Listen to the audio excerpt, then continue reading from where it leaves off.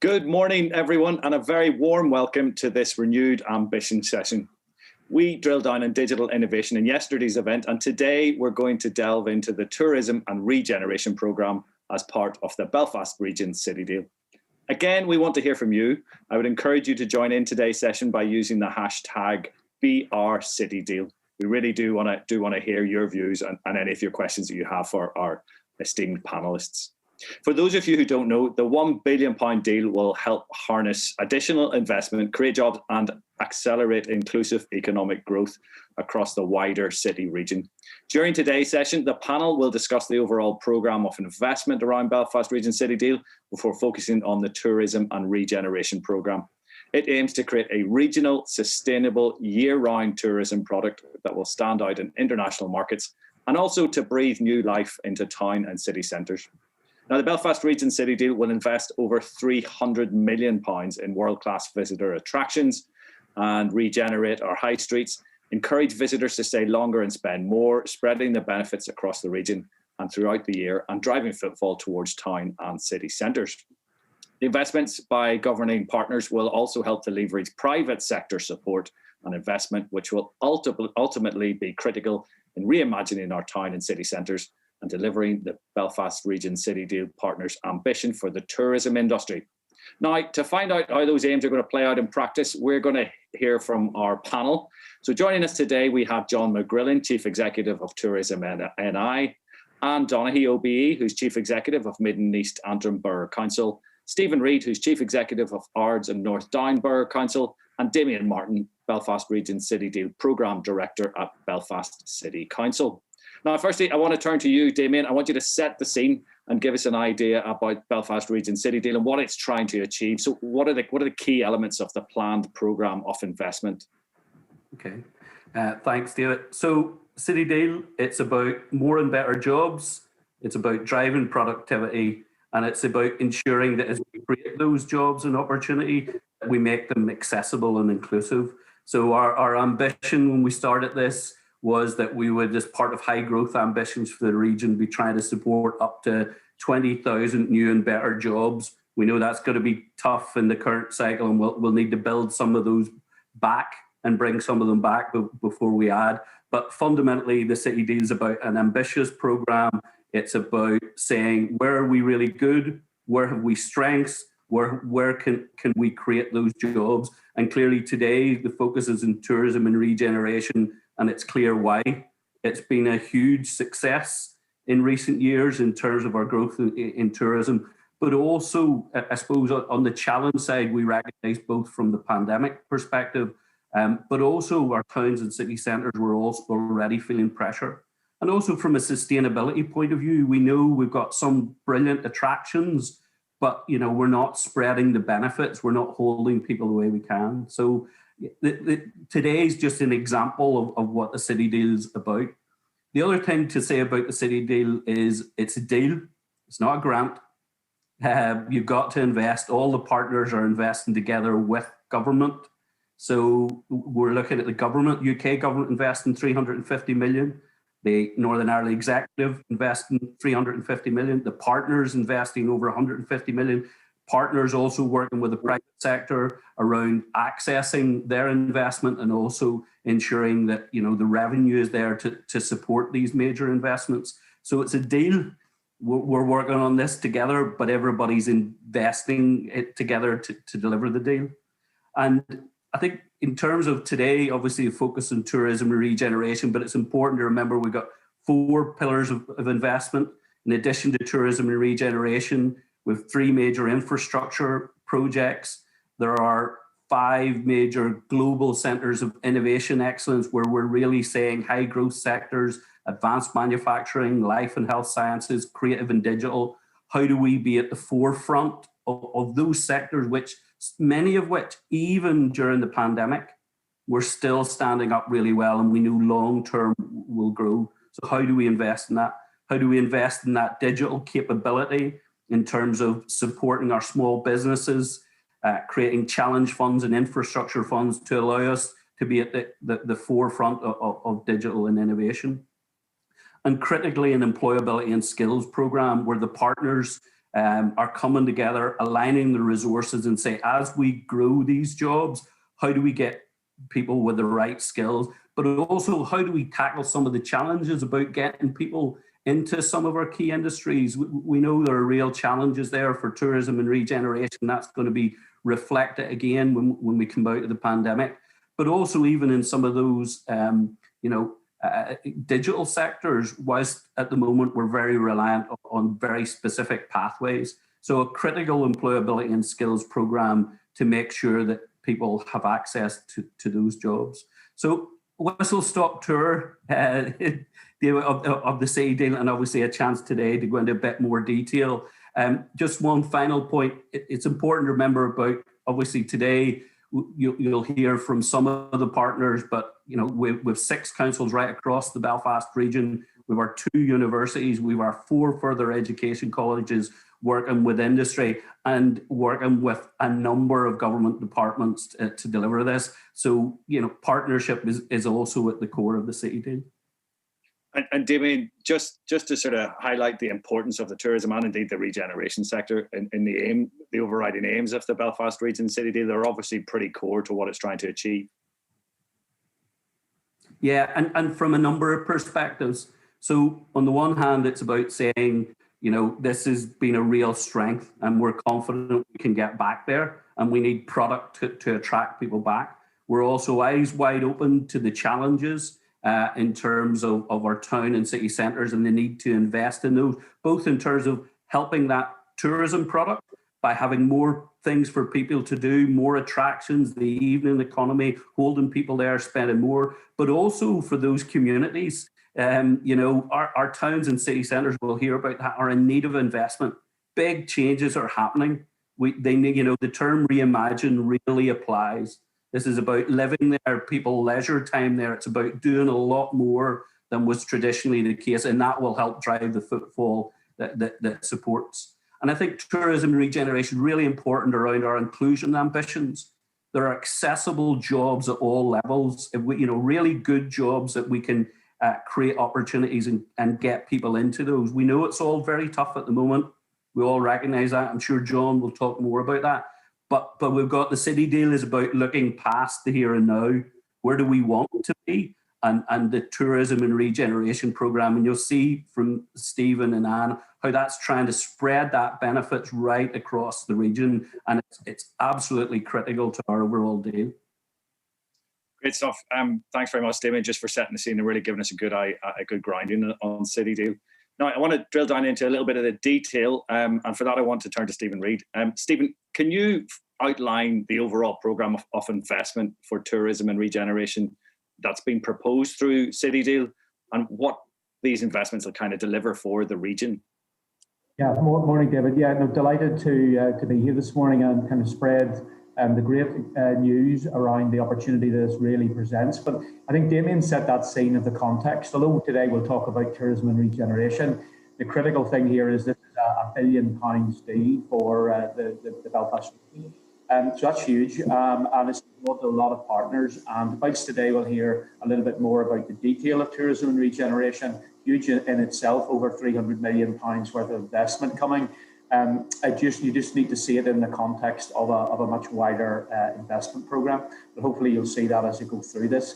So today we'll talk about the tourism and regeneration pillar. That pillar includes in the deal an infrastructure element as well. But today I'm just going to talk about 8 projects across the region which focus on tourism and regeneration.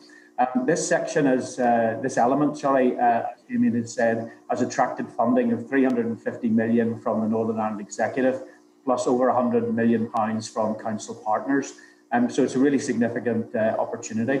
Its objective is really about creating transformative change and how that can really assist in boosting the economic recovery. So it's about delivering also inclusive growth, and you're going to see that when you look at the geographical spread of the projects, which you see on the slide in front of you.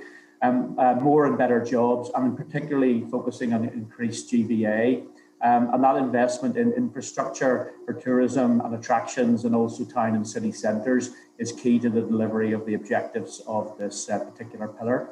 So as I say, that the slide and the map shows you the spread, 8 projects across the 6 council areas.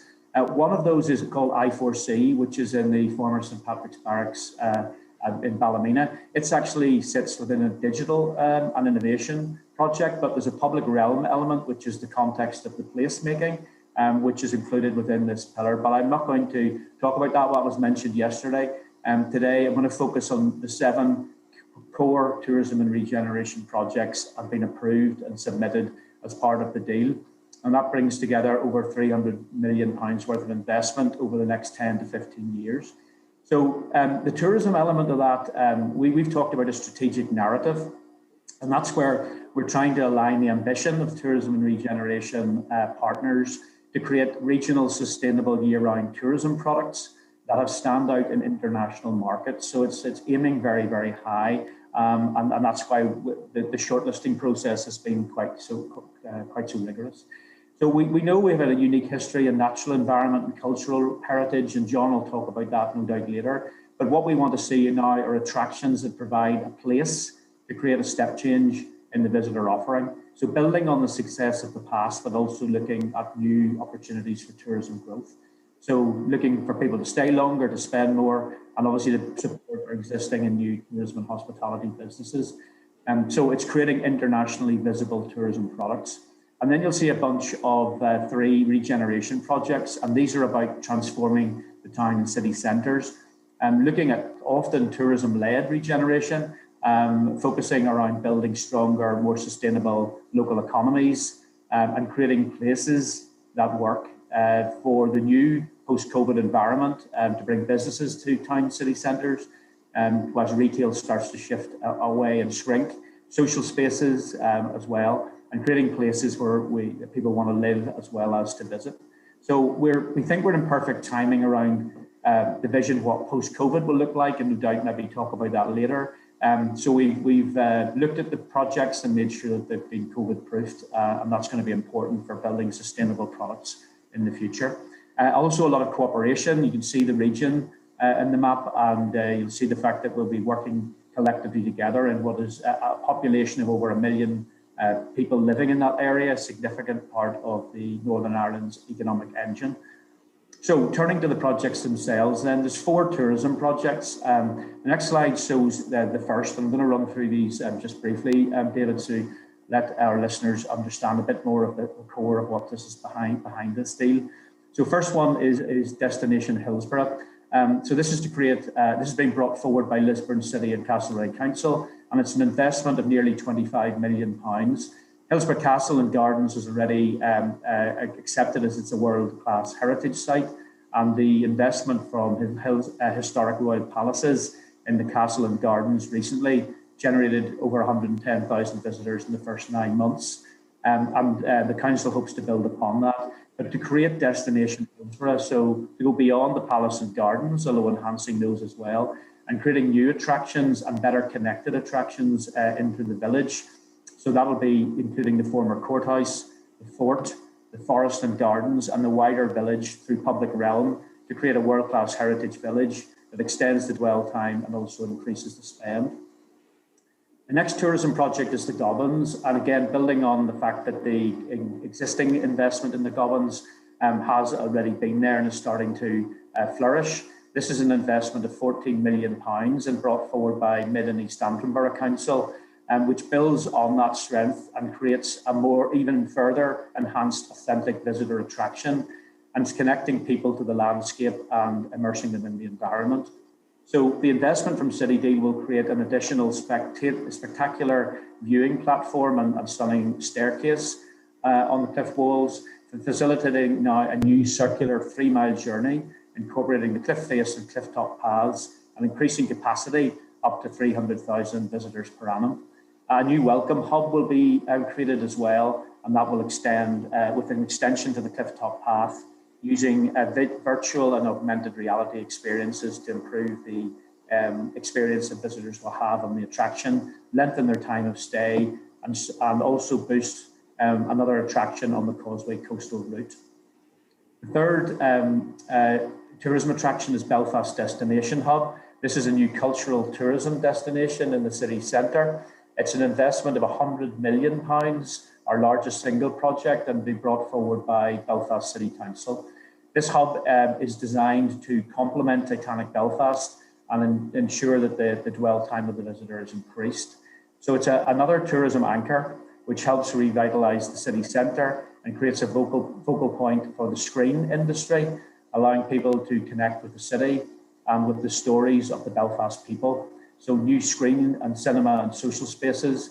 At the heart of this, though, is the Belfast story, a visitor experience that will explain in first-person accounts how the city and the people who call it home live here and our history.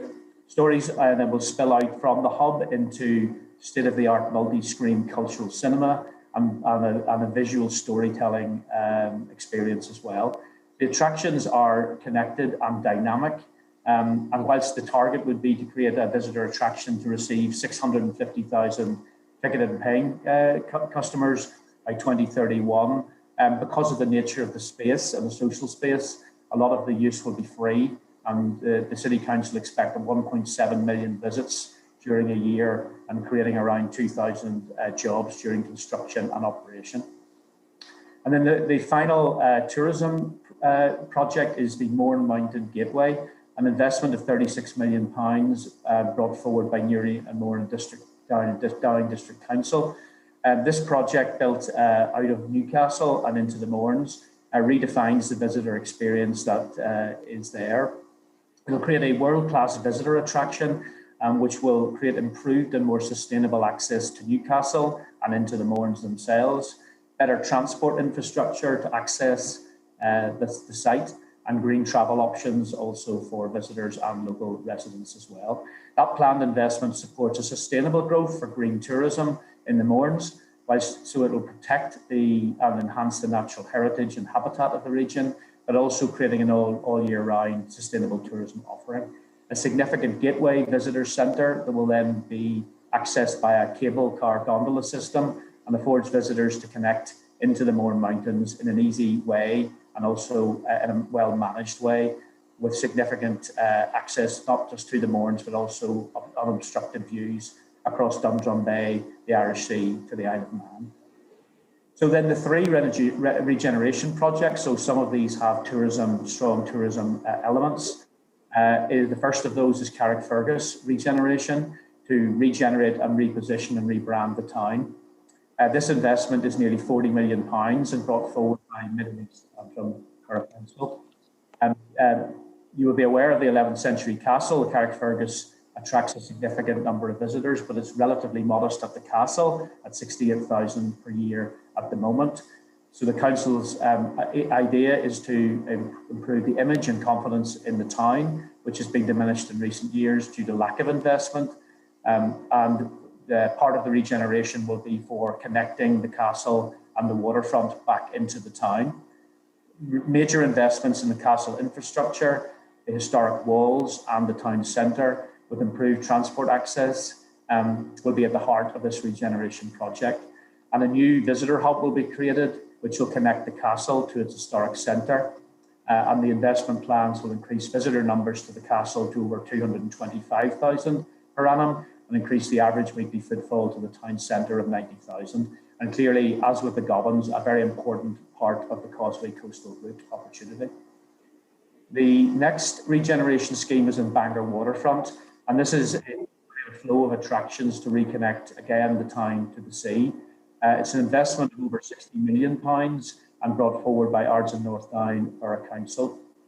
Bangor, like many seaside towns in the UK, have suffered due to the changes in travel culture and the period of underinvestment and undermining of market confidence as retail has exited the high streets as well to out-of-town shopping. This has left a significant gap. The City Deal investment will invest £60 million in a 2-mile stretch along the waterfront promenade to revitalise Bangor. It'll offer a necklace of new sustainable tourism and leisure attractions and experiences that reconnect the town to the sea. It will provide high quality public space and also improve and invest in new assets, including a refurbished and improved marina, extension to the Picky Family Fun Park, a new music centre for performances in the creative arts, a new international water sports and events centre. And all this will be set within high quality public realm on a connected greenway, which will link into a 57-kilometre greenway linking Belfast to Cumber, Newtownards, Donaghadee, Bangor and Holywood. In turn, this will boost market confidence and create conditions for the private sector to invest, and I'll cover that perhaps later. And the benefits have generated to increase tourism visitors by over 100,000 per annum and over 500 jobs also created. The next regeneration project then is Newry Regeneration. This is a reimagined city centre and stimulating further private sector investment. It's an investment of over £28 million and brought forward by Newry and Mourne District Council. The City Deal investment into Newry City Centre will stimulate the regeneration and economic growth by the delivery of a new civic hub, which will incorporate a theatre and conferencing facilities. It will have improvements to the public realm and invest in a new Grade A office provision as well. The project aims to revitalise the city centre to improve experiences for residents, visitors and businesses.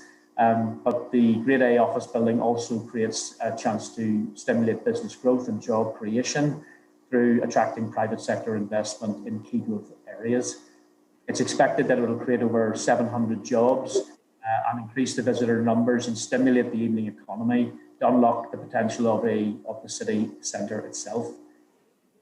So you will see there, David, a wide range of 7 projects which cut across tourism and regeneration, and many are blended of the two. So it's an exciting opportunity also to bring together as well some of the digital connectivity that the panel talked about yesterday, and the hope that digital infrastructure and innovation can be a real bind. So I talked about virtual and augmented reality, for instance, and connecting these attractions as well so that they're not seen as being individual attractions in the region that don't actually work together and work strongly together. So that's important. We've been working hard on the complementarity to make sure that they drive footfall and longer stay and greater spend from visitors as well. So it's a huge ambition in this pillar to deliver a vision and a game-changing opportunity for the next 10 to 15 years investment in the region. And we would hope that to see over £300 million invested through City Deal, but this will be a multiply once the private sector hopefully sees the opportunity to join us on this journey. Thanks, Stephen. Some really exciting projects there and some really interesting ones right across the region. Tell me a little bit more about your plans for the regeneration of Bangor and the scale of your ambition. How's that going to drive tourism to the town and to the region, and how's it going to support the regeneration of the town? Yes, I mean, it was very, very exciting, as I said, and then there's similarities, I think, to the learning that we've got whenever we in Arts and North Down had a close look at what the shortcomings are and the challenges have been in terms of the struggle that Bangor has, along with many other coastal and seaside towns across the UK. So to bring forward a more than £60 million investment from the council along with the partners in City Deal, this is allowing a 2-mile stretch of waterfront to be completely transformed. The challenge that Bangor has had, and Carrickfergus clearly came in what I said earlier, is a lack of connection from the waterfront and the sea to the town itself. So that's why the regenerative change is needed. And it's about bringing for Bangor the waterfront, whether it be through the marina or the beach at Ballyholme, reconnecting that with the town itself. And as retail has receded away from the town centre, this has become even more important. So we have a significant development site on Queen's Parade development, which is adjacent to the waterfront, which has lain derelict for quite some time. And the council, along with the Department for Communities, have now reached a signing of a development agreement, and planning approval is in place now for a £50 million private sector mixed-use development on Queen's Parade. So when you put together a 5.5 hectare estate for Queen's Parade with over £50 million being spent, bringing together residential, hotel, children's play, leisure, office development, some small retail, food and beverage, and to boost the economy and evening economy, the cinema, right adjacent to the 2-mile stretch in the waterfront, we will see an investment of over £110 million over the next 5 to 6, 7 years, which will transform that space and also bring the town back to life as it starts to struggle to rebuild post-COVID, but also post the lack of retail investment that's there.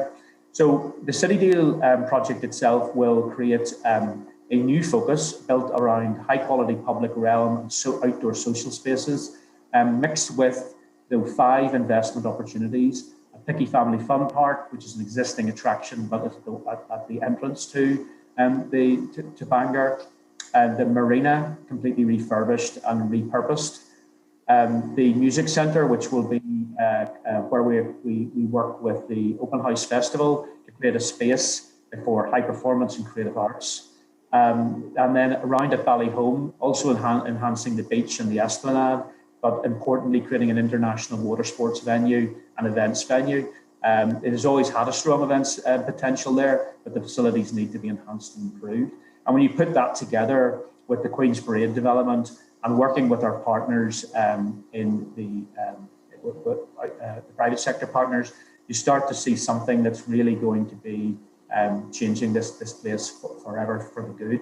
So we also see from this another catalyst for further private sector investment. Many that know Bangor will know the flagship shopping centre is 150,000 square foot of shopping spaces closed a couple of years ago, is now in administration and sitting at the town centre. Many towns and cities are finding the same challenge. How do you repurpose this? And we're very hopeful that with this investment coming, that the private sector will get involved in that and see the opportunity to develop even further attractions to the town. And one final thing is we're very keen on making sure that this is built on sustainability, not just financially, but also in terms of transport.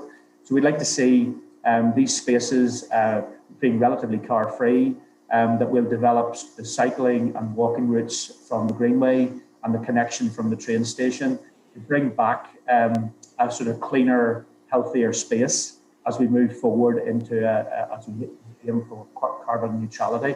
And we like to benefit from that. And we've been working with Wayne Hemingway on something around the brand, and we've been focusing on mind, body, and soul. So in our mind of planning the design for this, it's about refreshing, regenerating the mind, the body, and the soul. So hopefully these projects will knit very well together and then start to really generate additional GBA for the area, but not just for Bangor, it's very much for the borough. And as maybe John will talk about later on, we're keen to make sure that we spread an inclusive approach to tourism and regeneration development. And for us, that's to include the Arts Peninsula and Strangford Lough particularly. So Bangor regrowing, regenerating and being much stronger will be to the benefit of the wider economy in the borough. So we're very much looking forward to that coming as soon as we can get it going. Stephen, thanks so much for that. I want to drill down a bit more on those plans for the Arts Peninsula in particular later on, particularly as I'm coming to you live from the metropolis of Portaferry this morning. But before that, I just want to move on to John McGrillen and get a bit of an overview of the tourism offering here. John, from culture and heritage and all sorts of tourism offerings through the likes of Game of Thrones inspired tourist market, we've got such a wealth of tourism offerings in Northern Ireland. How would you describe that offer at the moment, and what do we need to do to effectively compete with our nearest neighbours? Because there really are some it's competition out there for tourists in the very near future. Good morning, David, and delighted to be here this morning and joining our colleagues and partners from local government who we've been working with on this programme for a number of years now. So we're really delighted to be part of that. Apologies if my dog kicks off. I can hear him barking in the background. I don't know if people can hear that, but he will be gone in a couple of seconds, hopefully. Anyway, back to your question. I mean, I think it's probably fair to say that our tourism offer is pretty strong. And certainly was good enough to attract over 5 million people in 2019. And those people coming from overseas spent £750 million in the local economy in that particular year. So I think in terms of where we're coming from, we're in a reasonably good place.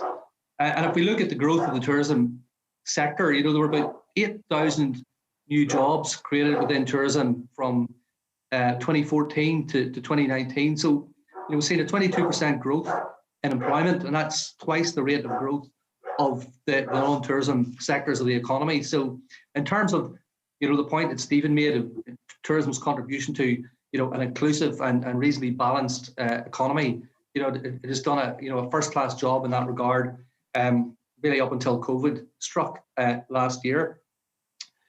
But in saying that, you've sort of made reference to our competitors, and certainly in a post-COVID world, we will be fighting for every pound to spend that we can get. It's probably fair to say that the Republic of Ireland industry will probably suffer more than Northern Ireland because of its much greater dependency on more distant markets like the United States and Europe, which are likely to come back later.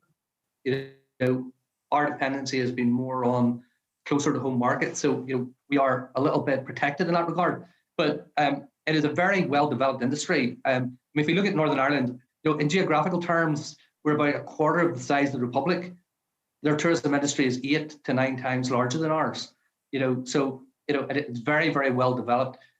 They are very competitive overseas. So I think the challenge for us, as you say, is to compete. Every region will be competing for business. I mean, lots of people are starting from scratch. Even if you were one of the world's leading destinations, the change has been so fundamental, that people do see themselves as having to basically, start all over again, and their offer might be very different to what it has been in the past.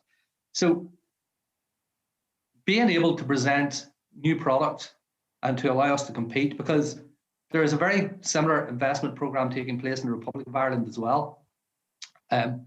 But having this new product come on stream is going to be central to the point that Stephen made around, trying to make sure that we see every part of Northern Ireland benefit from tourism.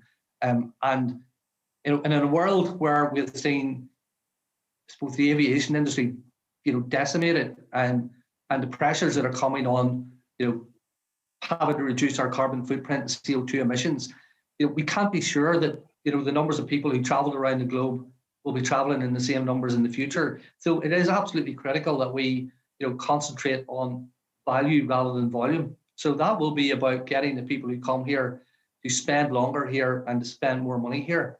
And to do that, we need to have the product. And I think this program of investment really is coming along at a very opportune time for us.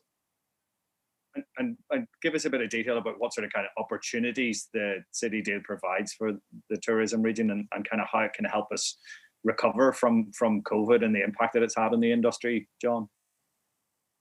Well, I think it's probably fair to say, the recovery is about a year behind where everybody thought it was going to be. If we were sitting here when COVID hit last year, we probably thought come September, October time, we would be moving out of the lockdown that we're in. So the industry still finds itself very much in survival mode, and we're still quite a bit away from seeing people travel in any volume. So in some ways, this program has been able to move along, and it's probably will come into the marketplace at a much more opportune time than it might have been in different circumstances. So what do we know about of what the post-COVID world is going to look like? Well, we know that people are going to be more interested in not just interested in cities where the focus has been in the past, but it's also about getting out and exploring the landscapes.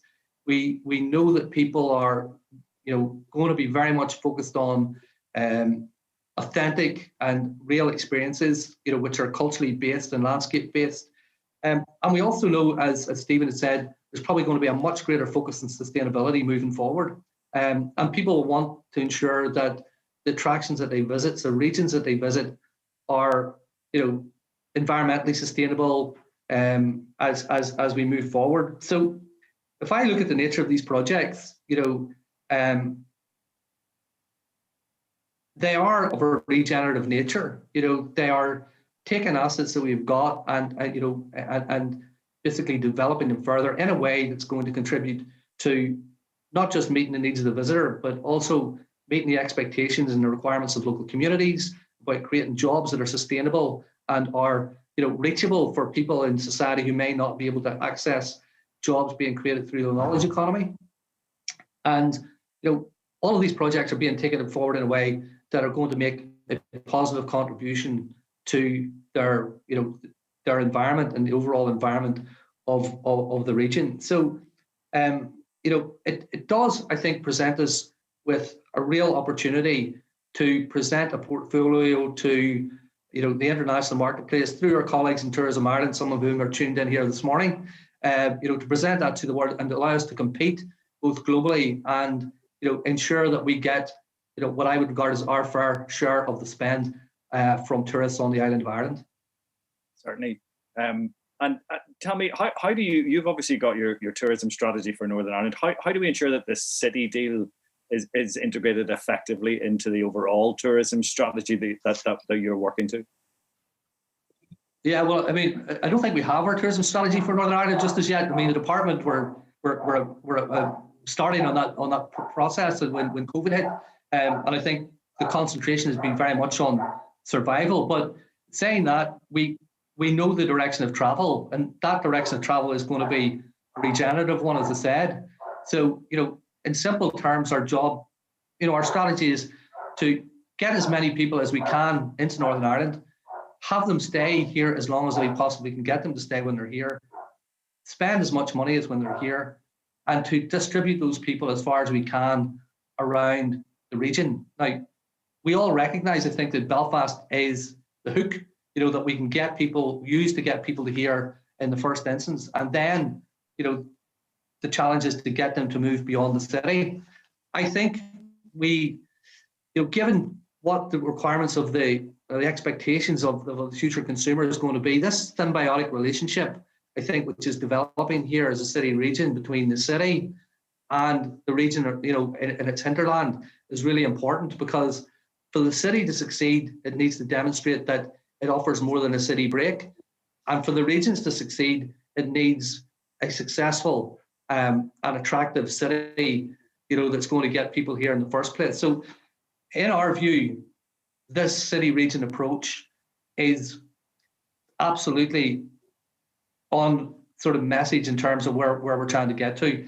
And certainly the strategy going forward, as I said, is not simply going to be focused on the visitor and visitor numbers. It's going to be more based on value than on volume. And when we talk about value, we just don't mean visitor spend. We are talking about making a positive contribution to communities, making sure that we've got a sustainable and competitive industry, and that we're making a positive contribution to the environment as well. Very, very interesting, and obviously that collaboration is again central, as we've seen a lot in the Belfast region city. The collaboration between Belfast and all the other regions is essential. I want to turn to Anne, if we can, just now, and bring her into the conversation. How can City Deal investments help to tackle the challenges that are facing town and city centres? A lot of that around regeneration as well.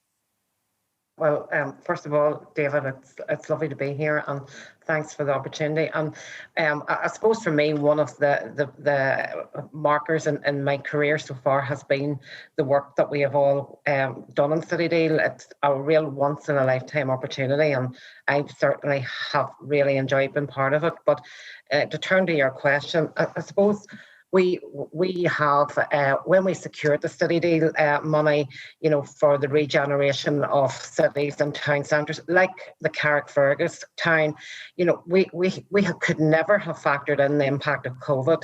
So it means that it's even more important now than ever it was that we secure this money, and that it will be, for me, it'll be a real catalyst to reboost those town centres, they're currently on their knees. Let's be honest about that. So the investment is not just about bolstering up those town centres and getting them back on their feet, but for me, it actually creates a brand new opportunity to reshape, repurpose our town centres and our city. And, I'm under no illusion that the town centres that I grew up with and have enjoyed and done the shopping, and those days are gone, and I think we have to realise that. And we now need to be able to adapt to the changing needs of society. And town centres have to become a new place where leisure, entertainment, family, lifestyle. So that's a whole new look. And so for me, the City Deal is just perfect timing, absolutely perfect timing. And it has begun, if this move, the shift has already started. Like we've heard just recently, Boohoo have come in and bought up all a lot of the high street clothing. So that retail market is changing. So that means that the City Deal plans, we need to keep reshaping them. We need to be changing on a very fast moving economic environment. Like, things are changing so fast in the world at the minute. And so the City Deal it's a long-term thing, but we have to keep reviewing, adapting and to that. I suppose the town centres of the future will be very different, as I said, and City Deal is going to be key to playing that role, to helping to scope out how it looks in the future and to get others on board. Town and city centres need people. It's all about people. We need people to live there. We need people to work there, to have leisure. That's the future. And we also need City Deal to be the catalyst for others to come in to invest. It's not enough. City Deal's not enough on its own. We need programme for government. We need investment strategies and all those people to come alongside the visions that we have shaped and are keeping shaping as part of the City Deal. Yes, definitely that kind of working together just to try and make sure that the City Deal really is exercised properly.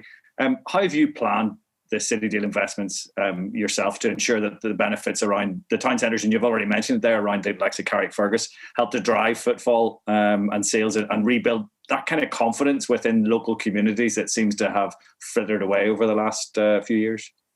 Well, I suppose, David, like, again, it's back to that regeneration and place shaping. And for me, like, Carrickfergus, gets publicity for all the wrong reasons many times. So it's hugely exciting for me. I am busting with excitement to get at Carrickfergus. Like, who would have ever thought, as I went through my career, that I'd get the chance to, I suppose, peel back the layers and layers and layers of the wood chip paper of Carrickfergus town to actually reveal, oh my goodness, like, we've got a walled town here that is so full of history. And the £39.4 million that we're going to hopefully get from the City Deal, that's going to actually allow us to pull that wood chip back and to reveal a walled town with the best example of a Norman castle across the islands. And, how amazing is that going to be as part of the Causeway Coastal Route? And I suppose for me, by revealing that historic town, along with the new features and the repositioning of the town, which is part of the City Deal project, I think that sits alongside, the necklace that Stephen has talked about of the tourism offers that we have right along that Causeway Coastal Route. It's about getting the visitors that come to Belfast, and John's quite right. Belfast is the big attractor here, but it's about getting them then to travel along that Causeway Coastal Route slower, to stay longer, to spend more, and then to go back to where they've come from and say, you want to go there, it's absolutely fantastic. The people are lovely, everything's great. So that's what this is all about. My council, we've already started to build a programme of events and investments and revenue spend to actually really help that the repositioning of Carrickfergus Council. And, I believe that the investments that we're making, along with the capital investment from City Deal, it's going to drive up footfall. It's going to increase GVA and absolutely build confidence in local communities and pride, and ultimately increase the tourism offering right across the region. And back to John's point, across the whole of Northern Ireland, we're a small place, big-hearted people in a small place. Sure, what's not to love about that, So City Deal for me is so important, and it is. For me, it has already done so much. We mightn't have had the money down yet, but it's already created a buzz and energy, and certainly in my council area, and I know from my colleague chief executives, the energy, the excitement, right down through not only the members, but people on the street. I can see a change already. People are saying, we want to be investing in Carrickfergus now because it's going to be really the place of the future. that's the impact this is having. And, you know, we're preparing our OBCs, and, you know, we've already accelerated our town centre by repurposing some of our vacant properties. So we're all getting ready. We're starting to, you know, do the spring clean as we wait for all these, for this money. So for me, City Deal has already worked in that it's proven to be a catalyst for change. You mentioned there repurposing existing properties. How important is that to regenerate assets that are already there to sort of enhance that offering? Well, I suppose for me, you know, it's hugely important that we regenerate them and look at the existing assets. You know, no one has, you know, nothing ever happens and without money and without enhancing. And, you know, you can never rebuild for Carrickfergus, you can never rebuild a Norman Castle. You can never recreate an Edwardian path, you know, that sits along the Irish Sea. You can never do that. So, you know, we need to actually use these to really link into the assets that we already have and all of the tourism right along that necklace, as we talked about, of tourism projects, David. And tell me, give us a flavour of some of the key tourism projects you have in Mid and East Antrim and how they're going to benefit the region. Well, I suppose if I look that, you know, for me, and in terms of levering the investment into the key ones that we would have would be the Gobbins, you know, the Edwardian path that I spoke about. It along with the castle are two key. We've also got Slamish, but in terms of the City Deal, the money is coming straight to help build and re-image and connect the town centre, repurpose it, and to actually bring investment into it, to be part of the Causeway Coastal Route. And that whole southern end of the Causeway Coastal Route is completely untapped. It's so beautiful. You know, if you actually drive along it and you take your time, it is outstandingly beautiful. There is nowhere else in the world that I know it has got what we've got. So for me, it's about actually really being proud of that. And for me, there are, you know, in terms of securing the investment and keeping it sustainable, David, is key. We've got to get the money in to Carrickfergus first and make it a place for living, investing, and also a place that's attractive for people. And I've already seen results on that. You know, the house prices in Carrickfergus is already going up. The amount of housing being built in Carrick from this was announced is really, really increasing. The second thing for me is, like, you know, when you reveal and re-image, and, you know, our colleagues in Tourism Northern Ireland actually starts to further say, look, we've reshaped this town, it's repurposed, the whole thing's here, you've got a great experience, and puts that on the world stage. How fantastic, along with the Gobbins. It builds the whole staycation, it builds the whole staying long, slowing it down, getting the spend. And then also our friends in Invest NI, it allows them to say, this is a good town to live in and to work in and invest in.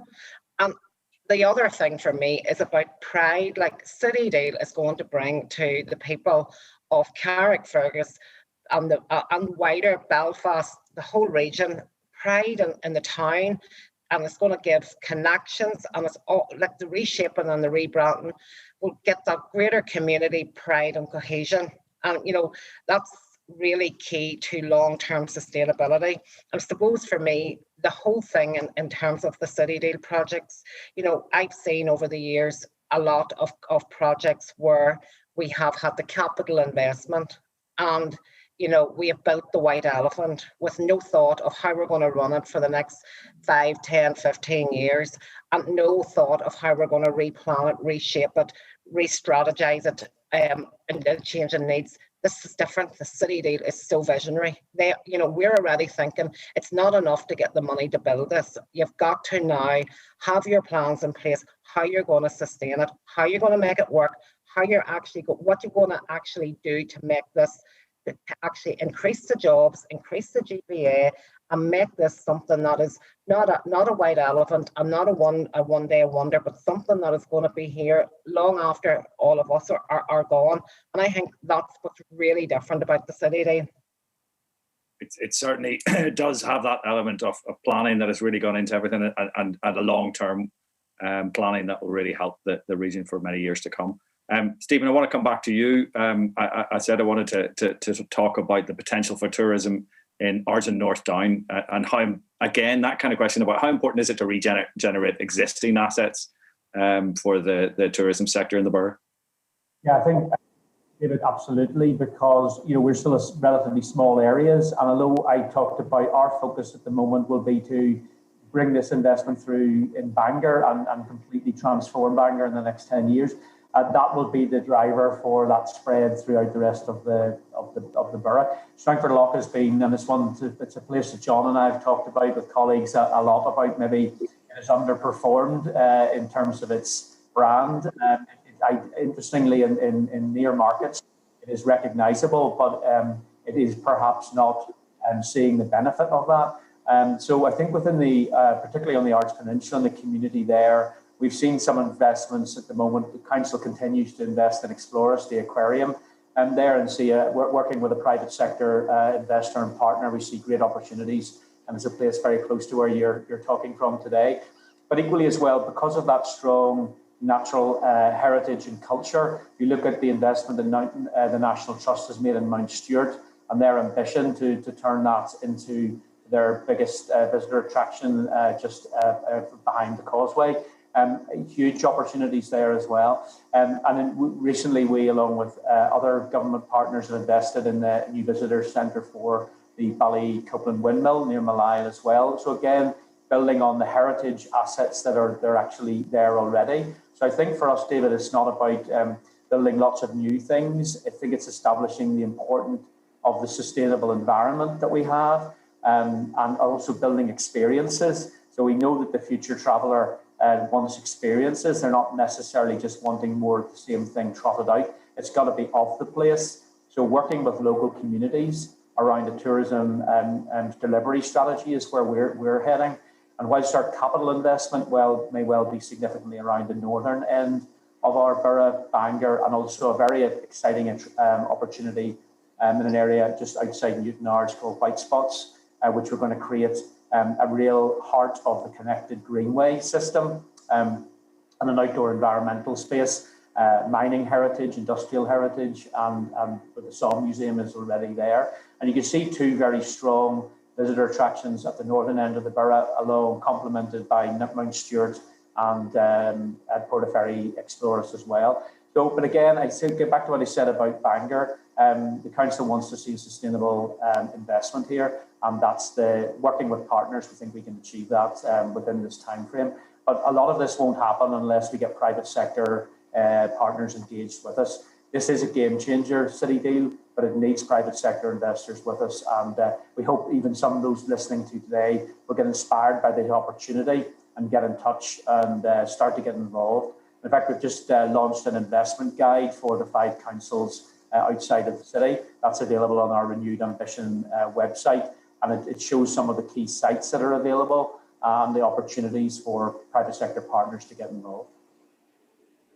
And it's a great guide, Stephen. There's a lot of investment opportunities in there. Damien, if I could come to you, I mean, just in terms of the role of the private sector in the planned investments around Belfast City Region deal, what are the opportunities? Can you just take us through an overview of them?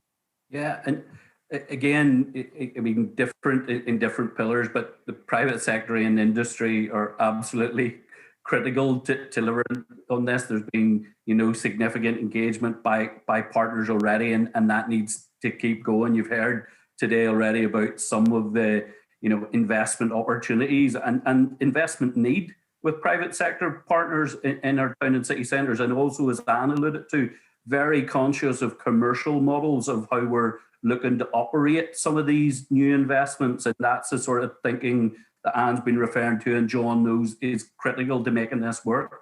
But even well beyond, the direct of the tourism and regeneration, we're also looking at investing with our private sector in areas like challenge funds for digital, but they can link across. So as Stephen referred to, the whole concept behind the City Deal is backing winners and then leveraging our investments. So where we're focusing, looking at, so how do we embed the digital capabilities and the opportunities in tourism and regeneration? I know Tourism NI have already been really active in looking at, how could you say, how do we use information and data to help ensure that we've sustainable tourism, understanding where people are, where they're spending the time. That can both be great from a marketing point of view, but also in terms of where we want to enhance the natural environment. We want to sustain it. We want to support it. So, you know, embedding those digital technologies into that can help as well. So we absolutely, there are very direct investment opportunities. We've no doubt private sector partners, as Anne suggested, are very interested in investing where we're investing with us. But we're also really conscious the City Deal wants to invest in our small business. We want, through our employability and skills program, to be hearing about where the needs are. How can we start to bring the new skills? Because John's right, things are going to be different. But we're confident in the product, but everything's not going to be the same. We're going to need new skills, in order to avail of these opportunities. So we need our private sector partners helping direct us as well as invest with us. We've 4 minutes left. If I could I want to ask this question to each of you. If you could just give me a short kind of 1 minute answer, that would be very much appreciated. What do you hope the Belfast Region City Deal will have achieved in 10 years' time in terms of tourism and regeneration? What do you hope will have happened in that when we're having this webinar in 2031? Again, and Damien, just saying, is you might as well carry on saying as we just heard from you. Yeah. So I think it's about two things. It's about pride in those towns and cities, and people, I suppose, as Anne said about investing, people want to come and live here and work here and visit here, not just visit here. And then the other thing is, people want to spend time here. They'll know this is a place, as John said, you don't just want to nip in and out of. You want to spend time. You want to go right across the region and across the island. That's what you want to do when you come here. And I think that our investment in tourism and regeneration can do. John, would you agree? I would, yeah. And I think another key indicator for me in all of this, David, will be, to what extent communities believe that tourism is making a positive contribution to their lives. And the towns and cities that they live in. Because I think sometimes in the past we've been too much focused on the visitor and the visitor spend. I think we need to be much more focused on the benefit that comes to the community. Because there are examples, where we've seen large numbers of tourists come in the past. Maybe take the Giant's Causeway as an example, where I'm not so sure that 1 million people turning up at Giant's Causeway is definitely to the benefit of the people who live in Bushmills and in the surrounding area. So I think we need to be more cognizant of those things. And I think as we move forward, that will be a key, performance indicator, I would think, for the industry. So it's how competitive is our economy, how many jobs have we created and sustained, and what benefit has that brought to the local communities into which the tourists are coming. And Anne? Thank you. I suppose for me, the City Deal will bring that opportunity for the kickstart investment. It's built great partnerships with public, private, and we've working together where we never worked before. And for me, that's an opportunity to get more investment. City Deal for me is not the complete answer. It is merely the start to building. And I suppose what I'd like to see is, I believe we have so many ingredients already here. The money will give the infrastructure. We already have great people. We already have great food, with culture. So it's an opportunity. In 10 years, I'd like to see that, or less, that all coming together to paint the picture of how brilliant Northern Ireland is, how brilliant this region is to come to visit and to work and invest in.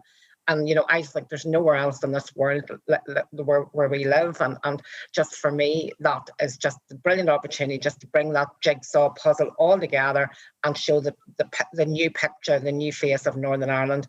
And the one other thing for me, David, is that we use this to help our town centres to repurpose and rechange, that we still have town centres. I have 2 wee children.